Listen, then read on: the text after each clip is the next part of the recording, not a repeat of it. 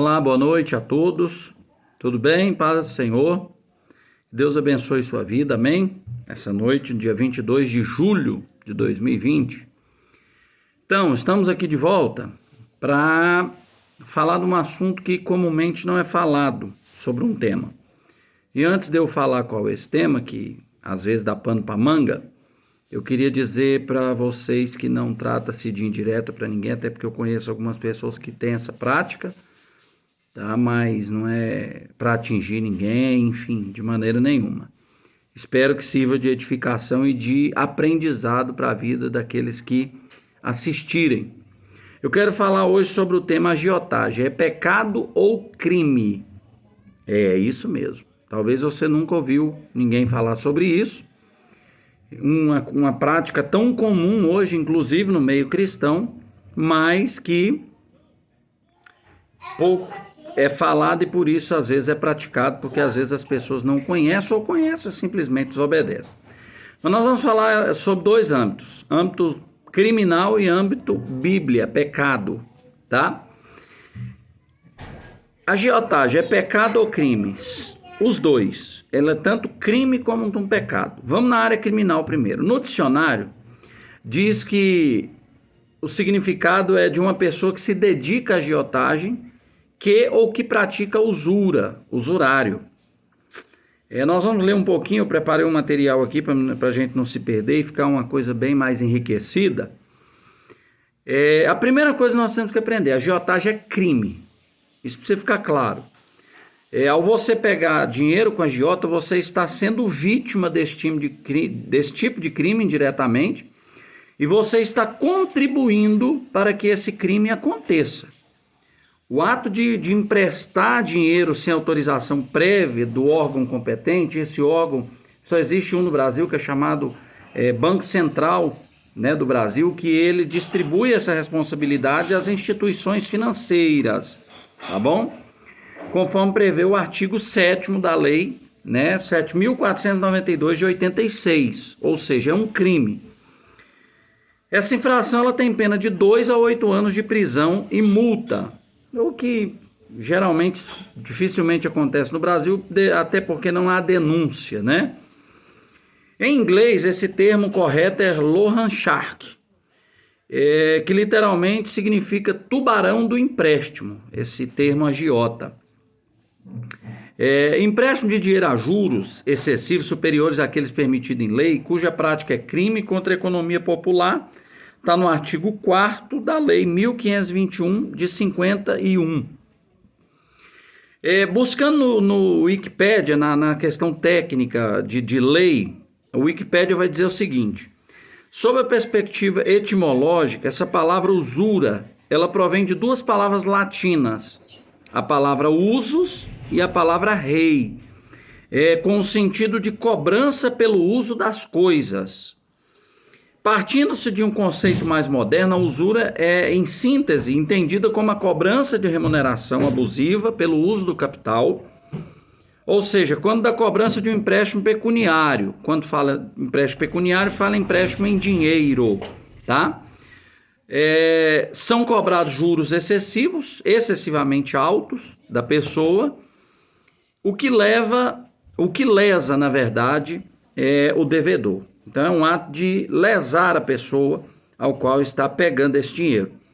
É prática repudiada socialmente, sendo considerada conduta criminosa, ok? Por diversos ordenamentos jurídicos, inclusive o brasileiro, que é lá a lei da usura. Se você procurar lá, você vai ter maiores detalhes. Por exemplo, o cara pega um dinheiro comigo e esse cara não me paga. Ou ele pegou um dinheiro comigo, quanto que eu devo cobrar legalmente? Não é Bíblia, aqui é legalmente falando.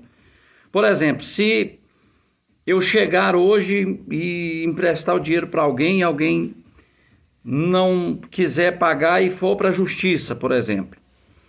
Atualmente, a doutrina quanto a essa jurisprudência tem aplicado a taxa de juro prevista pelo parágrafo do artigo 161 do Código Tributário Nacional. Qual é essa tarifa? de 1% ao mês, ou seja, ninguém pode cobrar mais do que 1% ao mês, ou seja, 12% ao ano, ok? Taxa cobrada acima disso pode configurar o crime de usura ou agiotagem. Por exemplo, a pessoa que hoje ela pega o dinheiro dela e empresta a 3%, 3,5%, 5%, 7%, como 10%, é crime, taxado como crime, ok? Então, agiotagem é crime ou é pecado? Primeiro, é crime, ok. Vamos agora na questão bíblica, como a Bíblia trata a usura, como a Bíblia trata a questão da agiotagem. Primeira coisa que nós precisamos entender, qual é o significado de usura? Usura tem o seu significado de juro exagerado e tem o mesmo sentido do agiota. Quando a Bíblia trata de agiota, ela não trata do nome agiota, é porque nós lemos de onde surgiu, enfim, eu não vou trazer aqui a questão do surgimento da agiotagem, que o vídeo ficaria muito grande, mas eu estudei muito sobre isso, teve um início muito grande na Inglaterra, né, num século, começou muito na Inglaterra e aí veio enraizando no mundo inteiro. Biblicamente falando, ele é pecado por quê? E aí nós temos que provar pela Bíblia Sagrada. Primeiro texto que nós vamos ler é Salmos capítulo 15. O salmista, no capítulo 15, ele vai começar o versículo número 1 dizendo assim: Senhor, quem habitará no teu tabernáculo? E quem morará no teu santo monte? E aí ele vai dando um monte de respostas, né? No versículo de número 5, eu não vou falar sobre os outros, nós vamos tratar especificamente desse, ele vai falar o seguinte: o que não empresta o seu dinheiro com usura e nem aceita suborno contra o inocente. Pastor, sendo assim, qual o pecado que a pessoa, o agiota está enquadrado? No pecado da desobediência à palavra de Deus. E também podemos dizer no pecado da avareza, a pessoa que é avarenta, ok? Então nós vimos que no capítulo número 15, porque Salmos não tem capítulos e nem versículos, tem números e versos, né, por se tratar de cânticos. Então no número 15, Salmos 15, versos 1 a 5 vai falar que é pecado. Que aquele que quer habitar com o Senhor, que quer ir morar com o Senhor, que quer habitar com o Senhor, ele não pode se entregar à usura, emprestar o seu dinheiro à usura. É o pecado da desobediência. Segundo lugar, nós temos o exemplo do profeta Jeremias. No capítulo número 15, no versículo de número 10, Jeremias vai dizer do caráter dele da seguinte forma: eu nunca lhes emprestei com usura, e nem eles também me emprestaram com usura. Ou seja, porque era uma prática repugnante no meio judeu, no meio do povo do Senhor. Deuteronômio vai determinar essa regra, né, de não emprestar aos seus irmãos com usura. Terceiro lugar, Neemias, na reconstrução dos muros de Jerusalém, ele vai rebater esta prática no capítulo de número 5 e no versículo de número 7. Porque o povo estava empobrecido devido ao cativeiro, né? Os muros foram derribados, o templo foi queimado, o prejuízo veio. E aí Neemias vai dizer assim: considerei comigo mesmo no meu coração. Capítulo 5, verso 7.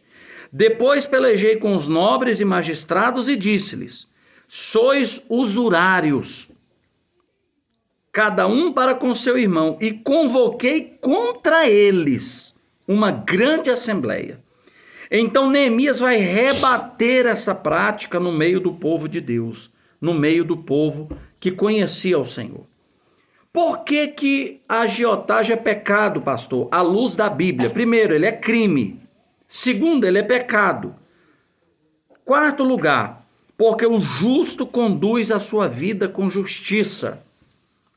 Salmo 122, verso de número 5, vai dizer assim: o homem bom se compadece e empresta, disporá as suas coisas com juízo. Quinto lugar, as orações deste homem podem ser rejeitadas. Isso está enquadrado em Provérbios, capítulo 28, verso 8 e 9, vai dizer assim: o que aumenta os seus bens com usura e ganância, ajuntam para o que se compadece do pobre. O que desvia os seus ouvidos de ouvir a lei, até a sua oração será abominável. Isso é sério. Eu digo, está enquadrado no pecado da desobediência, e Provérbio vai dizer: aquele que desvia os seus ouvidos de ouvir a palavra de Deus, até a sua oração é abominável. Ou seja, a pessoa tem a sua oração abominável perante o Senhor. Ok? Sexto lugar, quando Deus usa Ezequiel para falar a questão daquele que haveria de morrer, Deus vai fazer uso da palavra usura. É um dos pecados que Israel poderia estar cometendo, que geraria a morte. Vamos ler? Ezequiel capítulo 18, versos 5 a 8 diz assim: eis que todas as almas são minhas, como a alma do pai, assim também a alma do filho é minha. A alma que pecar, essa morrerá.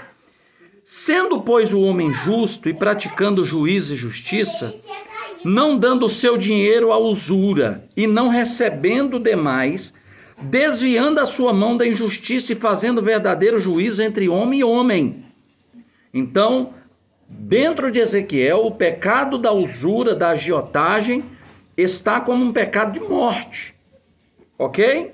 Romanos vai dizer que o pecado gera a morte. Ok? Vamos lá, vamos continuar.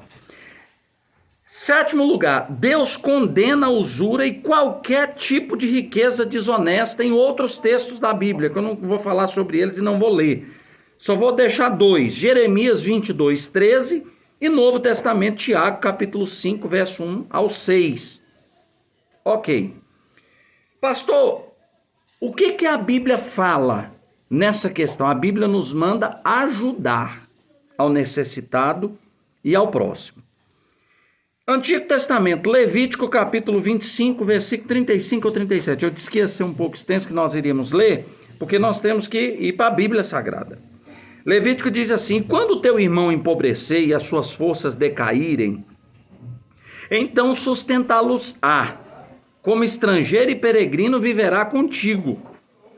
Não tomará dele juros e nem ganho, mas do teu Deus terás temor, para que teu irmão viva contigo.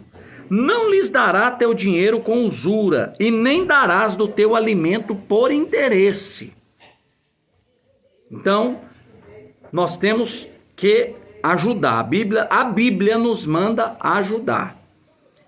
Deuteronômio capítulo 15, versos 7 e 11 vai dizer: quando entre ti houver algum pobre de teus irmãos em alguma das tuas portas, na terra que o Senhor teu Deus te dá, não endureçais o teu coração, nem fecharás a tua mão ao teu irmão que for pobre. Antes lhe abrirá de toda a tua mão e livremente te emprestará o que lhe falta quando baixo para a sua necessidade. Guarda-te que não haja palavra perversa no teu coração, dizendo: vai se aproximando o 7º ano, o ano da remissão, e que o teu olho seja maligno para com teu irmão pobre, e não lhes dê nada. E que ele clame contra ti ao Senhor, e que haja pecado em ti. Livremente lhe darás, e o que teu coração não seja maligno quando lhe deres. Por esta causa te abençoará o Senhor teu Deus em toda a sua obra, e em tudo que puseres a tua mão, pois nunca deixará de haver pobre na terra. Pelo que te ordeno, dizendo: livremente abrirás a tua mão para o teu irmão, para o necessitado, e para o teu pobre na sua terra. Então, nós temos aqui Antigo Testamento, nós temos primeiro a questão criminal, e nós temos aqui a questão de ser pecado. Provérbios 14, 31 diz: o que oprime o pobre insulta aquele que o criou, mas o que se compadece do necessitado o honra. Mas pastor, e o Novo Testamento? Eu já disse, Tiago capítulo número 5, verso de número 1 ao 6. Mas você quer mais um pouquinho? Vamos lá. Lucas, capítulo de número 6, verso 34, 35. E se emprestais àquele de quem esperais receber, qual é a vossa recompensa? Também os pecadores emprestam aos pecadores, para receberem outro tanto. Amai, porém, os vossos inimigos, fazei o bem e emprestai, sem esperar nenhuma paga. Será grande o vosso galardão e sereis filhos do Altíssimo, pois ele é benigno até para com os ingratos e maus. Eu quero aqui começar a finalizar essa palavra dizendo o seguinte: eu não estou aqui dizendo de uma pessoa que, por exemplo, a questão da agiotagem, ela é pecado quando isso se torna contrária à palavra do Senhor, ok? E aí eu concluo fazendo duas perguntas para você que está me ouvindo. Primeiro, se Jesus estivesse hoje vivendo aqui como ele viveu durante 33 anos e meio aproximadamente, o que ele faria com o dinheiro dele? Se talvez ele visse alguém com dificuldade. É claro, eu não estou dizendo de picareta, gente, pastor, sou obrigado a emprestar para um cara que não trabalha, que não quer nada com a vida, que vive na sombra. Não, não é nada disso. Nós estamos falando de pobre, de quem precisa, né, de alguém que está necessitado. Pastor, mas o fulano está querendo... Não empreste. A palavra de Deus é muito clara, né? Como agiota, não. Agiotagem é pecado. Não, mas o cara está usando... Não. Ok? Ele está usando para emprestar para outro. Não, é pecado sobre pecado. A coisa só vai aumentando. Ok? Então vamos lá. Se Jesus estivesse hoje aqui na terra e uma pessoa necessitada chegasse para ele pedindo dinheiro, o que Jesus faria? Essa é a minha primeira pergunta para você, agiota, ou para você que pensa em agiotar. Segunda pergunta que eu quero fazer, concluindo o meu raciocínio. Se você sendo um agiota e essa pessoa não te paga, o que você vai fazer com ela? Nós sabemos na maioria das vezes o que acontece com essas pessoas que não pagam agiotas. Ok? Eu concluo aqui dando alguns conselhos. Eu costumo dizer que tem o traficante porque tem o usuário. Tem o dono do boteco porque tem o escravo da bebida. Tem a indústria do cigarro porque tem o escravo do cigarro, ok?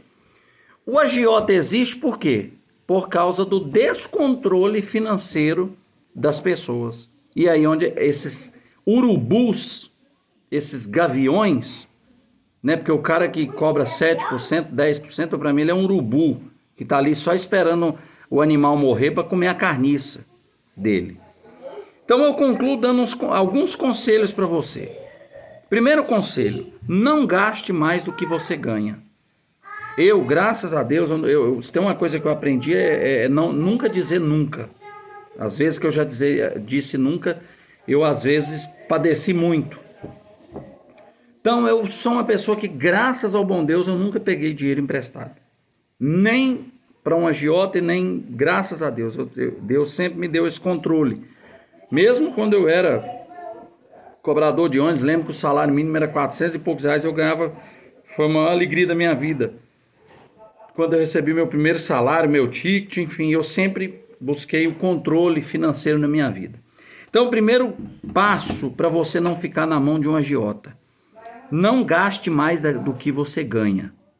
Evangelho de Jesus, segundo escreveu Lucas, você vai ler, capítulo 14, verso 28. Ok? Segundo conselho, não queira viver uma vida que você não pode. Muita gente está na mão de agiota porque está vivendo uma vida que não pode viver. E aí é onde ele tem que entrar nessa armadilha. Terceiro lugar, se você precisar descer de nível, desça, mas não entre nessa podridão do mundo da agiotagem. Eu ganhava 10 mil e agora eu ganho 3 mil. Desça de nível. Venda o carro que você tem, compra o mais barato. Corte despesas dentro de casa, faça alguma coisa. Porque nós cristãos somos luz do mundo, sal da terra. Nós não podemos concordar com essa prática e nem contribuir com essa prática. Porque o amor de Deus está no nosso coração, meus irmãos. Eu nunca emprestei dinheiro visando lucro de ninguém na minha vida. Porque eu sempre tive isso muito bem formado. Porque a necessidade do meu irmão é a minha necessidade. Às vezes que eu emprestei dinheiro, teve pessoas que eu emprestei sabendo que eu nunca ia receber de volta. E nunca cobrei. Ok? Quarto lugar, a Bíblia diz que nós não devemos dever nada a ninguém, a não ser o amor. Romanos capítulo 13, verso 8. Paulo diz, não devais nada a ninguém, a não ser o amor. E 5, como encarregadas de emprestar dinheiro, são instituições financeiras.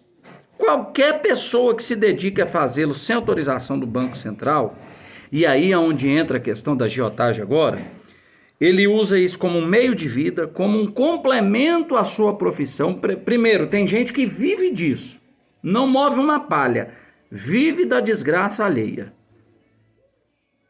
Segundo lugar, pessoas que têm isso como um complemento de renda, ou seja, ele tem o salário dele, mas ele explora as pessoas no mundo da agiotagem. É um complemento de renda. Pecado. Ou mesmo como uma profissão. Exatamente isso que eu acabei de falar. A profissão de agiota que cobre juros baixos, né? A Bíblia diz assim, no suor do teu rosto comerá o teu pão, e não à custa da miséria dos outros, da miséria alheia. Então aqui nós temos 3 vertentes. Primeiro é crime, ok? Não tem dúvida. Segundo, é pecado, Antigo Testamento, Novo Testamento. Qualquer tipo de ganho em cima das pessoas. É por isso que eu digo que a maior podridão que existe é o sistema financeiro hoje, os juros abusivos, né? Nós vivemos num mercado agiota hoje.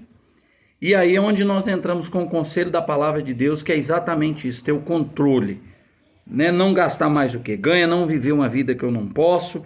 Se precisar diminuir o nível de vida, que diminuamos, mas não caiamos nessa armadilha. Fica aqui a minha palavra, volto a dizer, essa palavra não é de ofensa, ela não é de indireta, é um estudo bíblico que Deus colocou no meu coração, para estar compartilhando com vocês. Não caiam nessa armadilha. Se você está nessa armadilha hoje, caia fora dela, dê um jeito de vender alguma coisa que você tem. Não alimente essa maldição na sua vida. Não alimente esse tipo de prática, porque você vai estar contribuindo com esse crime e com esse pecado. Amém? Eu espero que seja de grande contribuição para você. Eu estou aberto a comentários e perguntas. E eu espero que Deus te livre deste mal, dessas armadilhas, e que isso não venha tirar a bênção financeira da sua vida, da sua casa e da sua família. Amém? Que Deus te abençoe. Eu sou o pastor Danilo Meireles. Mais uma vez nós estamos aqui compartilhando a santa, poderosa e inerrante palavra de Deus. Contra a Bíblia não existe argumentos. Deus te abençoe em nome de Jesus.